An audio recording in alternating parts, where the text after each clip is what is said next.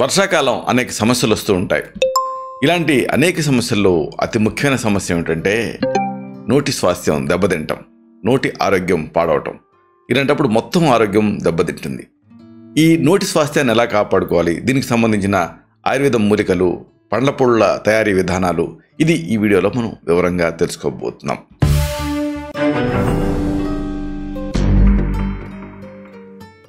మిత్రులారా నమస్కారం. నేను మీ డాక్టర్ చిరుమామిళ్ళ మురళీ మనోహర్. ఈ వీడియోలో చాలా ముఖ్యమైన విషయాన్ని మనం తెలుసుకోబోతున్నాం. ఎందుకంటే నోరు కనుక దెబ్బతింటే మొత్తం ఆరోగ్యం దెబ్బతింటుంది. కాబట్టి ఈ వర్షాకాలం నోరు పరిశుభ్రంగా ఉండాలంటే ఏం చేయాలి? నోరు పరిశుభ్రంగా ఉంచుకుంటే మొత్తం ఆరోగ్యం మీరు సొంతం చేసుకున్నట్టే.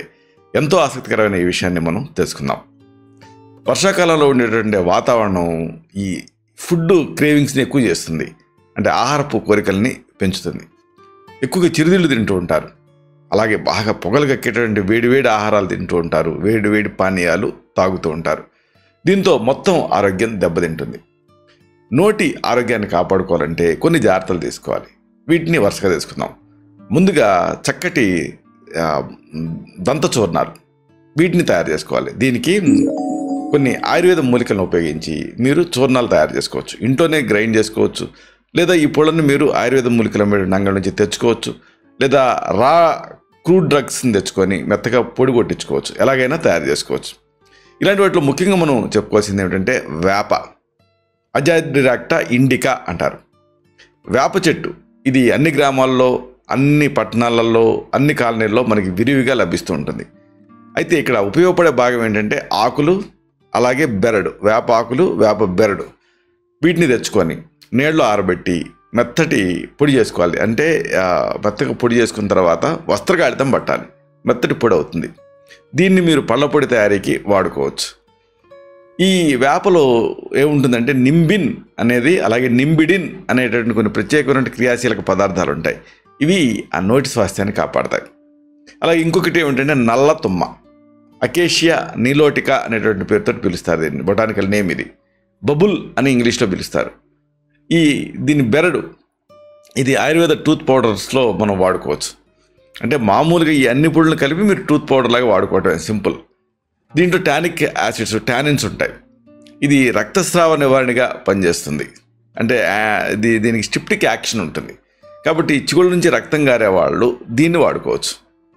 ఇక తర్వాతది ముఖ్యంగా చెప్పుకోవాల్సింది త్రిఫల. ఈ త్రిఫల అనేది ఏంటంటే 3 పళ్ళ కలయిక. కరక్కాయ, తానికాయ, ఉసిరికాయ. ఉసిరిని ఇండియన్ గూస్బెర్రీ అంటారు. హరితకి అంటే చెబులిక్ మైరోబిలాన్, ఇంకా విభీతకి బెలరిక్ మైరోబిలాన్. ఇవి 3 పళ్ళు.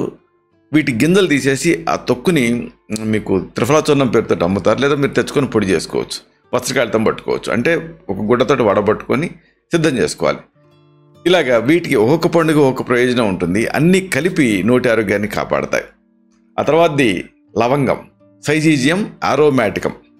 ఈ లవంగం చెట్టు బడ్స్, ఫ్లవర్, ఎండినటువంటి ఫ్లవర్ బడ్స్ని మనం వాడతాం.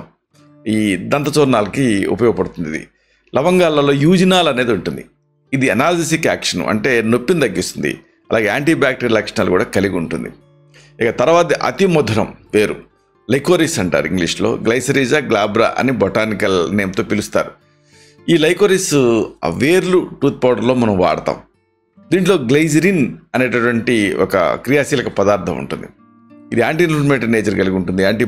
మైక్రోబియల్ నేచర్ కూడా కలిగి ఉంటుంది. ఇక తర్వాత దాల్చిన చెక్క, సిన్నమోమం వేరమన్ అని పేరుతో పిలుస్తారు.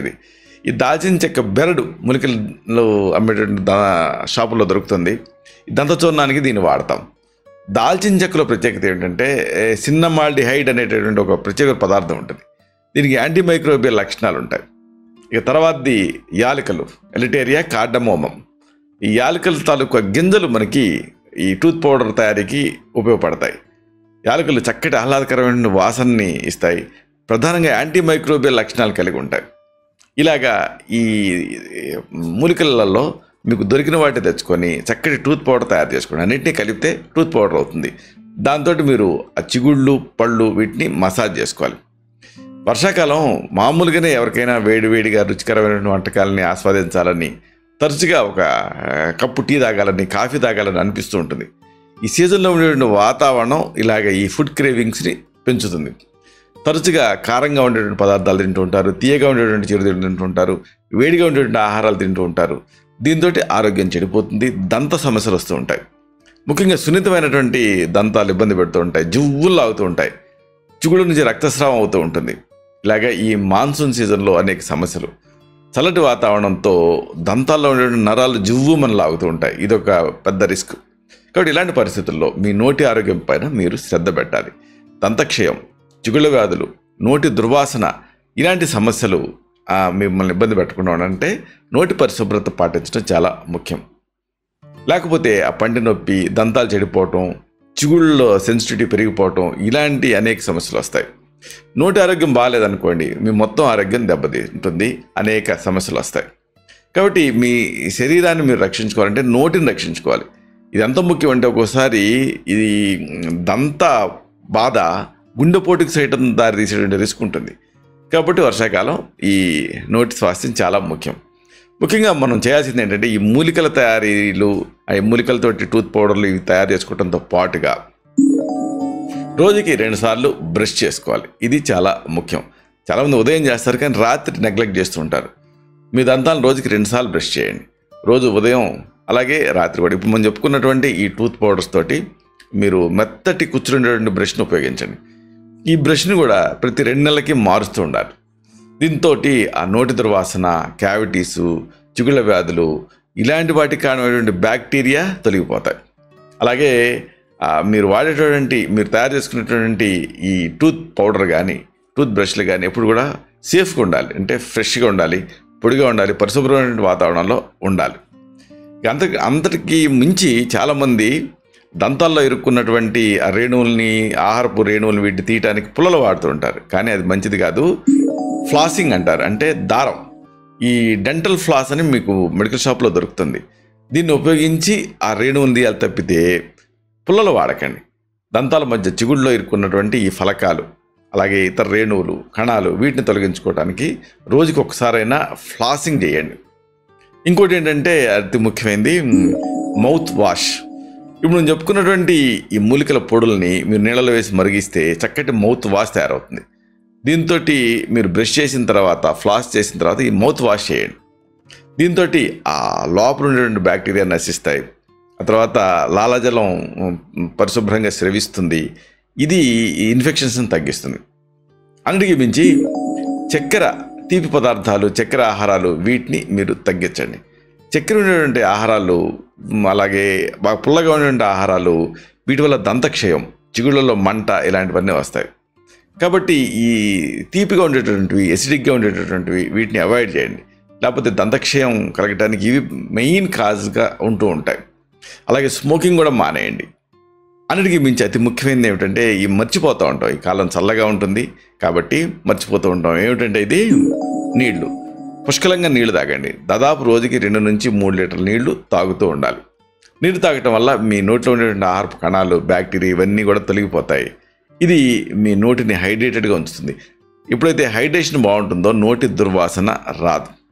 ఇలాగా ఈ వర్షాకాలం ఎంతసేపు చర్మం లేకపోతే జుట్టు ఇలాంటివి అనుకుంటూ ఉంటారు, కానీ నోరు కూడా దెబ్బతింటుంది, నోటి ఆరోగ్యం కూడా దెబ్బతింటుంది. కాబట్టి దీన్ని కాపాడుకోవాలి. ఇలాంటి మరిన్ని ఇన్ఫర్మేటివ్ వీడియోస్ కోసం ఈ ఛానల్ని సబ్స్క్రైబ్ చేసుకోండి. అలాగే ఈ వీడియోలో అప్లోడ్ అవడంతోనే ఆ విషయం మీకు తెలియడం కోసం బెల్ బటన్ని క్లిక్ చేయండి. అన్నిటికంటే ముఖ్యంగా ఇలాంటి అద్భుతమైన విషయాలు 10 మందికి ఉపయోగపడటం కోసం ఈ వీడియో తాలూకు లింక్ని మీ సర్కిల్స్తో షేర్ చేసుకోండి. శతం జీవ శరదో వర్ధమానః, శతం హేమంతాన్ శతం వసంతాన్. 100 శరత్తులు, 100 హేమంతాలు, 100 వసంతాలు వర్ధిల్లుతూ జీవించండి. Stay healthy, stay happy, be positive, keep smiling, stay safe. Love you all. శుభం.